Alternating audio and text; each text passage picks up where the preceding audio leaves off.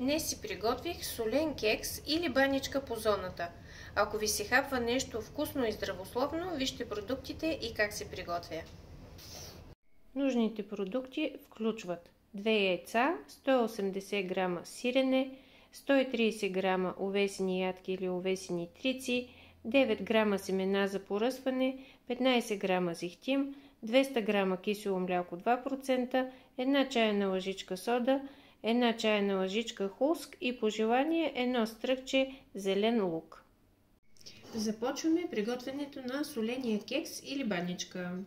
Първата ни работа е да си отмерим около 200 грама кисело млеко и да добавим към киселото млеко 1 чайна лъжичка сода за хляб, за да може да подейства содата, да шупне. Така, готови сме. Добавяме и 1 чайна лъжичка сода. Така, това е малко. Добре. Разбъркваме. И после ще прибавим към сместа от яйцата и увесените трици. Чупваме първо двете яйца.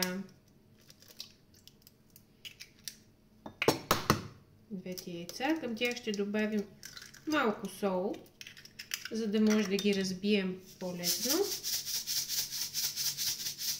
Така, добавяме солта. Разбъркваме с виличка, колкото да спукаме жълтъците. Така.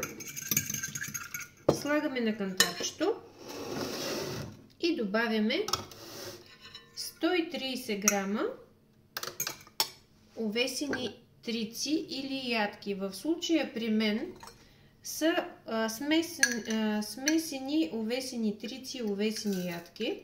И за това съм сложила едно междинно количество между тях, защото ако бяха увесени ядки, трябваше да смятам по 14 грама за блок по 8, тъй като кекса е за 8 блока протеин, въглехидрат, мазнина. А ако е с увесени трици, трябваше да бъде по 19 грама за блок. Но тъй като при мен е смесено от двете, затова смятам по 16. Така. Добавям и шупналото кисело млеко. Така. При необходимост ще добавя малко водичка. Ще преценя каква се е получила сместа. Така.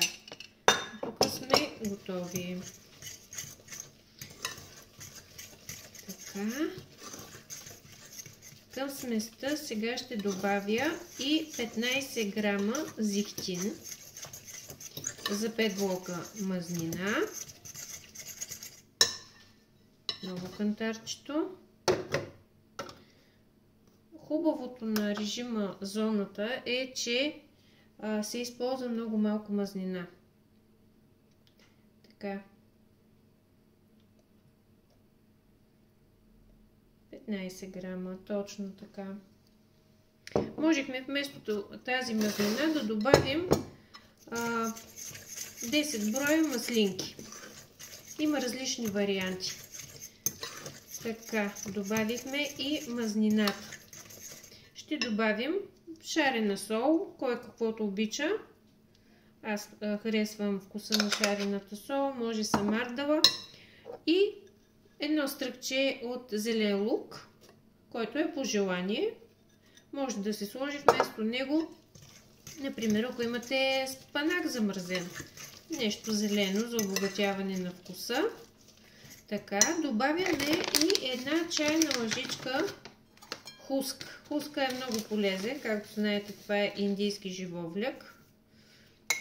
Ще направи соления кекс или баничка по-обемен на вкус, по-обемен като размер и ще обере ненужната влага. Така, добавя малко количество вода. Около 30-40 грама. Така, сместа трябва да изглежда по този начин. Така, остана ни да прибавим 180 грама сирене, което предварително съм си притеглила. Сега само ще го натруша. Които са ми 6 блока протеин, 6 по 30, колкото е по табличката, и за това сирене всъщност стойността за един блок. 6 по 30, 180 грама.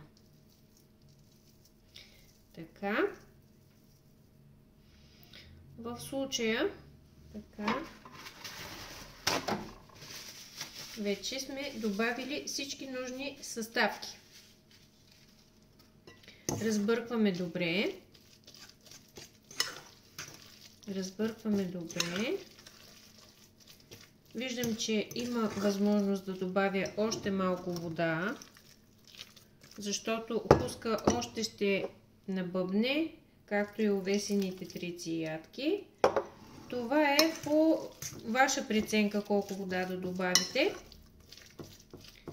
В случая при мен имаше такава нужда. И сега ни остава само да го изсипем в ето какво представлява в крайен резултат сместа. Да го изсипем в една тавичка за печене с хартия и да го поставим във фурната за около 25-30 минути в предварително загрята фурна. Отгоре ще поръсим с предварително отмерените 9 грама семена за поръска, които включват ленено семе, слънчогледови, тиквени семки. Дава много добър вид на баничката. Така, и тук остана още малко. Така, готови сме. Така, заравняваме и сме готови да я включим в фурната. Тази баничка е любима на моето семейство. Приготвя се много бързо. Вкусна е и е полезна. Така, добавям и ето, приготвя се за много бързо време. Приготвям и поръсвам и с семената. И отива във фурната. Така, ето е в готов вид баничката. След 25 минути на 170 градуса с вентилатор баничката ни е готова. Време да опитаме соления кекс. Готов е. Сега ще го разрежа на 8 парчета. По средата на тавичката, от край до край, в другата посока. И после всяка една четвъртинка през средата. Така получихме 8 парчета, като всяко едно от тези парчета се равнява на един блок протеин, въглехидрат, мазнина. Сега ще изкарам парчетата. Едно парче, за да го опитаме.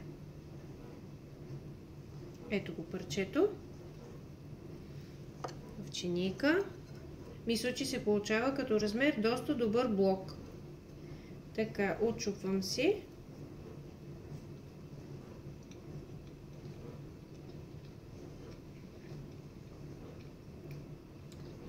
Много ми допада. Вкусен е, достатъчно солен от сиренето. Допълнително сол не съм добавила, тъй като сиренето е достатъчно като количество. Ако рецептата ви хареса, направете си и вие. Абонирайте се за канала, за да готвим други зонови, вкусни и здравословни рецепти. Благодаря ви!